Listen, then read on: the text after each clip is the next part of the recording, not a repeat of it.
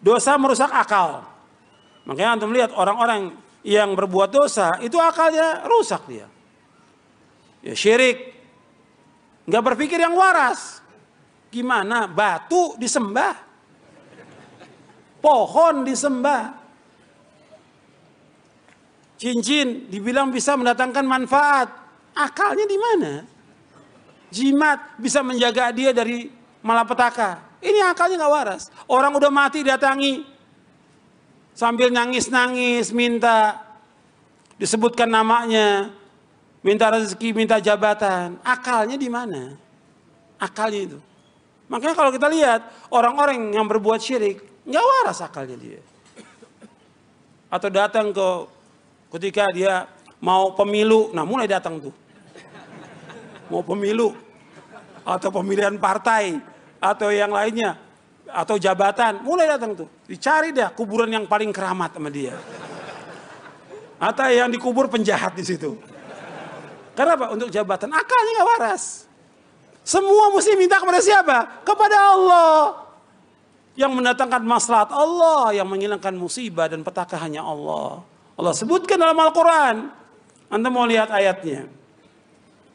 Yang pertama dalam surah Al-An'am. Atau Al-An'am aja. Baru beberapa ayat ya. Sebab manusia ini mesti dijelaskan dengan dalil.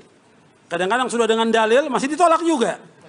La haula wa la quwwata illa billah. Sudah dengan dalil masih dibantah sama kiainya. Untuk melihat di ayat 18, ayat 17. Wa yamsaskallahu bidurin fala kashifa lahu illa hu wa yamsaska bi khairin fa huwa ala kulli syai'in qadir. Apabila Allah menimpakan kesulitan, bahaya, musibah, petaka, fala kashifa lahu illa hu, enggak ada yang bisa menghilangkan bahaya, musibah, petaka kecuali siapa? Allah.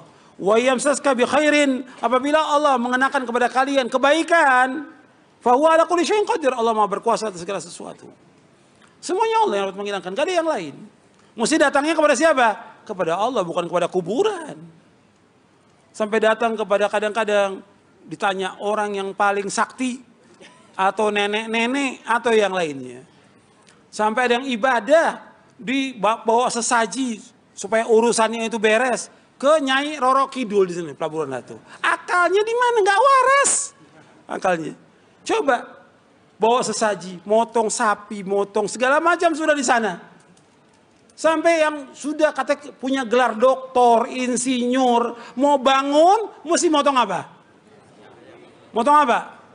Ayam, apa lagi? Sapi kepalanya ditanam. Apa hubungannya antara kepala dengan bangunan? Akalnya nggak waras. Ini merusak akal, maksiat merusak. Ini perbuatan apa? Syirik, merusak akal. Yang kedua bid'ah. Bid'ah juga merusak akal. Anda bisa lihat. Bid'ah. Ini ajaran Nabi. Quran, sunnah, ada dalil. Kan ikut mudah. Dia cari yang lain. Yang gak ada dalilnya. Coba kalau akalnya waras berpikir. Ini kan dalil. Ini Quran, ini hadis. Tinggal ikut. Kita sebagai umat siapa sih? Umat Nabi Muhammad SAW. Yang kita ikut siapa? Nabi Muhammad apa kiai? Yang diikutkan Nabi Muhammad SAW. Bukannya kiai, bukan habib. Nabi Muhammad SAW yang disuruh ikut oleh Allah dalam Al-Quran. Dan Nabi suruh mengikut beliau, nggak boleh mengikut yang lain. Dan kata Nabi nggak boleh menyalahi perintahnya siapa? Perintahnya siapa? Perintah Rasulullah. Kalau orang menyalahi perintah Rasulullah, pasti akan diberikan kehinaan di muka bumi ini. Saya bawakan dua ayat dan hadis. Ayat dalam surah An-Nur di ayat 63. Allah berfirman, "Falyahdharil ladzina yukhalifuna an amri an tusibahum fitnatun aw yusibahum adzabun alim."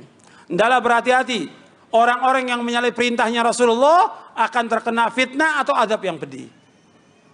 Menyalahi perintah Rasulullah, nggak taat kepada Rasulullah, tidak ikut Rasulullah, berbuat bid'ah, maka akan terkena fitnah. Yang kedua, azab yang pedih. Itu ayat. Hadis dalam riwayat Imam Ahmad yang sanadnya hasan. Nabi bersabda, "Wa ju'ila dzillatu was-sagharu 'ala man khalafa amri." Dijadikan kehinaan dan kerendahan bagi orang-orang yang menyalahi perintahku. Kita perintah ikut Rasulullah, ini enggak.